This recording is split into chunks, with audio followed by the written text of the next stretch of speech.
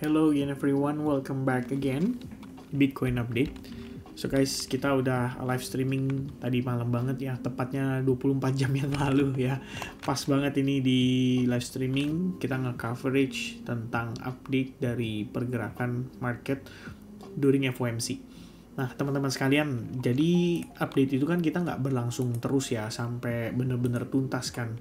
Artinya kita udah masuk ke jam menjelang New York close, baru kemudian ada aktivitas yang menurut saya sangat menarik. Jadi teman-teman sekalian, kalau kalian paying attention, kemarin kan kita udah mention ya soal bagaimana Bitcoin harus close di dalam time frame daily untuk memastikan kalau emang kita pengen lihat dia koreksi. Ya, kalau yang inget pasti langsung aware. Oh iya, syaratnya jelas, jam 7 close candle dalam keadaan bearish engulfing. Kalau dia engulfing, baru valid. Ada potensi untuk dia koreksi, atau ada potensi untuk dia nge-squeeze sampai ke 113 ribuan. Tapi kenyataannya kita nggak dapatkan itu. Nah, yang menarik untuk kita bahas tuh kemarin ini sebenarnya. Jadi waktu saya updating ke kalian itu sekitar jam selesai session. Jam 2 itu saya langsung posting. Ya, saya udah jelasin ke kalian, S&P itu udah kayak meme coin guys. Sweep ke bawah, habis itu nanjak lagi. Nunjukin apa? Optimisme pasar masih oke. Jadi kita ngelihat bahwa mungkin market bukan dalam keadaan fase sell the news. Atau mungkin sell the news-nya udah selesai. Ya, tandanya dari mana? Taunya dari mana? Kita ngelihat dari S&P 500-nya guys. Dimana kondisi kemarin itu emang adalah bagian dari sell the news gitu. Jadi yang sell the news tuh mungkin bukan Bitcoin. Kalau kita lihat daily Bitcoin tuh memang iya, dia tajam juga ya, jarum juga gitu kan teman-teman sekalian. But kita tahu bahwa liquidity tergendut itu ada di bawah level 114.500. Jadi kalau dia mau niat nge-squeeze itu harusnya sampai 113.000. Ternyata enggak. Ya, kita ngelihat S&P 500 close candle after New York session dalam keadaan bullish. Kenapa saya katakan gitu? Kalian munculkan exponential moving average 21 dan 8. Dia testing cuman ke sana, habis itu mantul lagi, dibarengi dengan fair value gap on the daily perspective di range level yang sama. Jadi kalau kita lihat, sebenarnya sell the news event itu udah berlangsung. Ya, hanya saja tidak terjadi pada Bitcoin secara langsung, melainkan terjadinya pada S&P 500 ini. Tepatnya ya kalau kalian lihat tuh candlenya ya, satu candle bearish, very bearish. Ya, the next candle itu reacting very well after fair value gap-nya di test yang time frame daily tadi. Habis itu dia closing bullish, baru pelan-pelan dia naik lagi. Kalau kita live session-nya kita terusin sampai jam 2, saya pasti langsung update ke teman-teman ya. Kita pasti langsung ngasih insight lagi, merespon situasi yang berlangsung pada si S&P 500 itu. Nah, cuman kan live session berakhir ya. Dan yang kita lihat berikutnya adalah Bitcoin, even dia close candle dalam keadaan seperti ini, dia nggak mampu men-take out support range yang kita udah marking dari previous update. Jadi technically yang terlihat di sana adalah Bitcoin itu coba untuk maintain, bermain di atas supportnya pada time frame 4 jam. Nah, kalau kita lihat saat ini sebenarnya ada ambigu ya situasinya. Bukan ambigu sih, tapi kalau menurut saya ini udah bukan ambigu lagi ya. Melainkan udah clear, we are ongoing breaking out dari previous high point ini. Yang mana menurut saya memegang peranan penting kalau memang kita pengen ngelihat bear itu mencoba untuk memberikan tekanan ya. Dengan tujuan, tanda kutip, mungkin untuk ngabisin leverage long position yang terlalu gendut di bawah. Itu pertama. Yang kedua, teman-teman, mungkin ya di sini bertujuan untuk melakukan retracement ya atas penguatan yang berlangsung itu. Ya kan? Kalau kita lihat retracement-nya apakah wajar? Ya, harusnya sih wajar karena bisa nge-trigger untuk ETF juga masuk lebih agresif lagi kalau ada harga lebih murah gitu. Karena kalau kita lihat nih tanggal 8 sampai tanggal 12 itu kan pergerakan minggu lalu. 8 sampai 12 itu mereka masih bisa dapat harga di bawah 113.000. Nah, kalau misalkan retracement berlangsung, technically mereka bisa dapat diskon itu.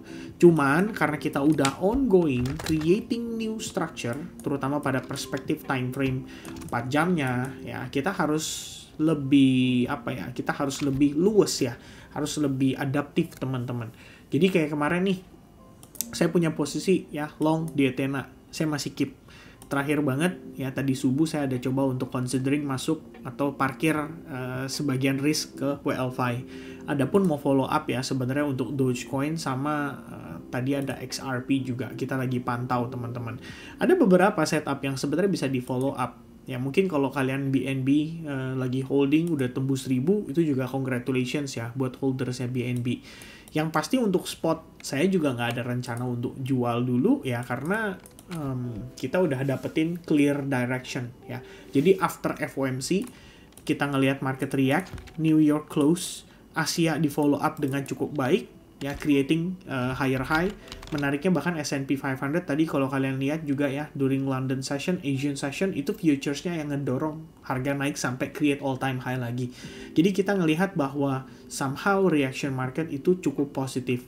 Kabar baiknya sell the news cuman berlangsung memang during FOMC doang. Mungkin itu juga nge-trigger ya, somehow nge-trigger orang-orang pasti untuk panic selling ya. Kalau saya sih ya kalian tahu ya karena kalian live streaming bareng saya kan. Kalian lihat sendiri saya nggak ngapa-ngapain ya.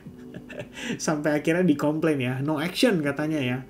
Ya memang saya tidak gambling ya. Kalau saya memilih untuk sabar, selesai event beres, kita masuk ke market ya session berikutnya, terus kita dapat petunjuk. Petunjuknya apa? Ini reaction gitu loh. Reaction market bagus, positif. Jadi saya juga tidak terlalu gambling, saya nggak nge-short. Pada saat FOMC dia dibanting turun, saya juga tidak long. Ya saya chill aja, santai aja, maintain posisi yang lagi running kemarin di Ethena doang. Habis itu sisanya ya udah kita tinggal sabar nunggu sampai ada clear confirmation.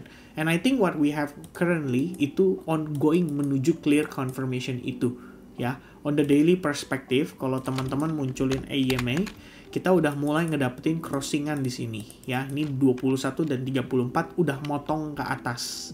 Artinya kita semakin terkonfirmasi. MACD yang dari waktu minggu lalu ya, harusnya 2 minggu atau seminggu yang lalu lah kita udah live streaming ngebahas tentang di sini crossing. Ya. Harusnya kalian ingat, kita udah ngomong ini berkali-kali bahwa ini terbentuk yang namanya hidden bullish divergence, which means sebenarnya udah bagus banget teman-teman sekalian ya. Oh, sorry. Hidden bullish divergence dari sini guys ya.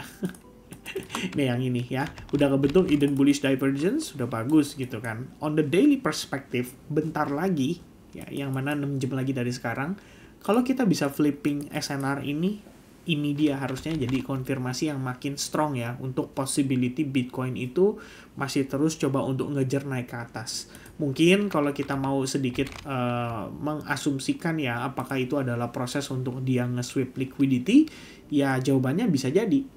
Karena kita ngelihat sell short di market itu tetap gendut guys ordernya gitu. Dan the biggest liquidation level itu ada di kisaran 118.860-an dengan total notion itu sekitar 2,8 miliar dolar.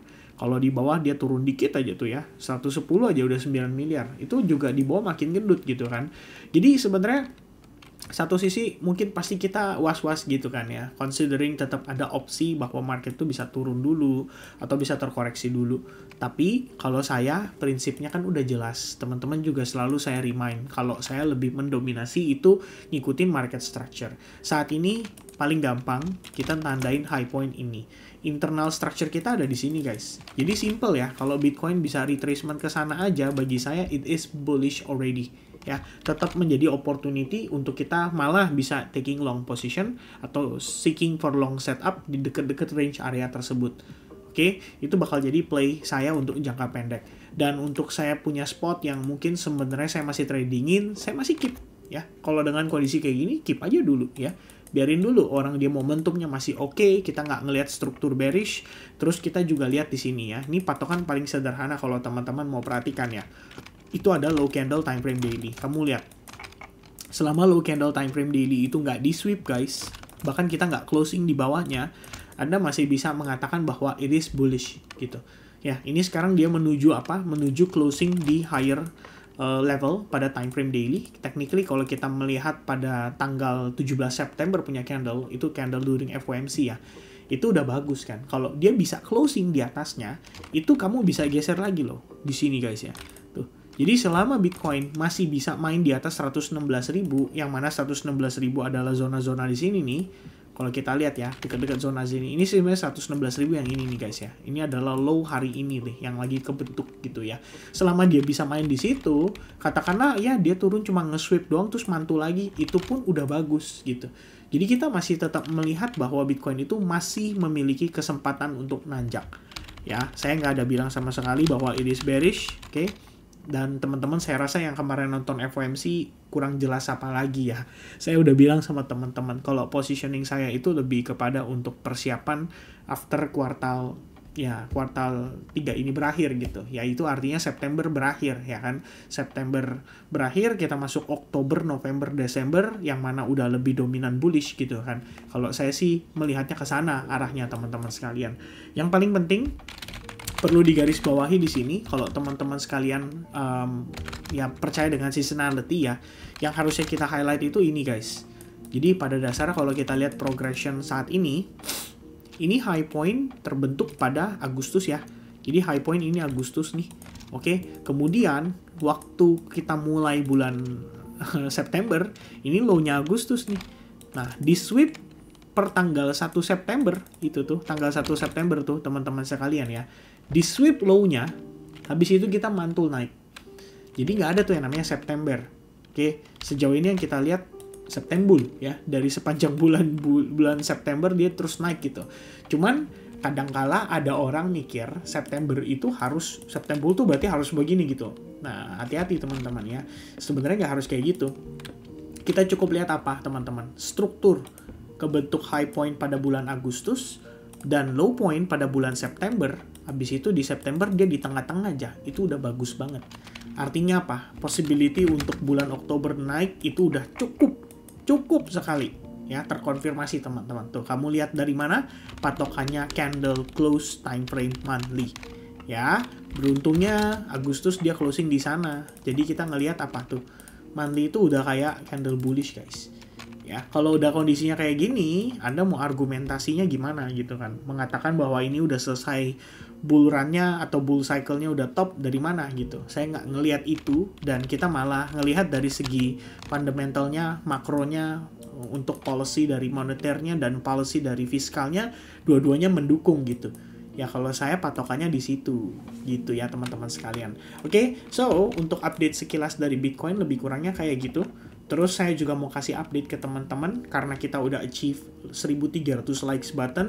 Saya appreciate buat teman-teman yang udah nonton, yang udah mampir, udah ngasih likes buttonnya. Kita ketemu lagi di live streaming berikutnya yang akan saya adakan mungkin pada sekitaran weekend ini atau mungkin besok ya, tapi belum tahu, nanti saya kabarin ke kalian.